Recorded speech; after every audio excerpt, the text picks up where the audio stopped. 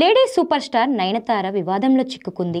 ఒక సినిమా కారణంగా కొందరు ఆమెపై దారుణంగా విమర్శలు గుప్పిస్తున్నారు. తన కెరియర్లో సీతాదేవి, అమ్మోరు తల్లి వంటి పాత్రలు పోషించి ప్రేక్షకుల ముప్పు పొందిన నయనతార తాజాగా ఒక సినిమా కారణంగా విమర్శలు ఎదుర్కొంటుంది.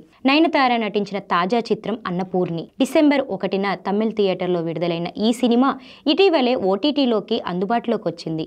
ఈ చిత్రంలో ఒక సాంప్రదాయ బ్రాహ్మణ కుటుంబంలో జన్మించిన అన్నపూర్ణి అనే యువతగా నయనతార కనిపించింది.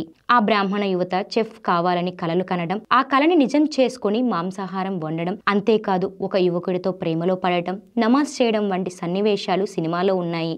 అందుకే ఈ సినిమాపై బ్రాహ్మణ సమాజం ఆగ్రహం వ్యక్తం చేస్తుంది. థియేటర్లో విడుదలైన సమయంలో ఈ చిత్రాన్ని బ్యాన్ చేయాలని తమిళనాట బ్రాహ్మణ సంఘాలు డిమాండ్ చేశాయి.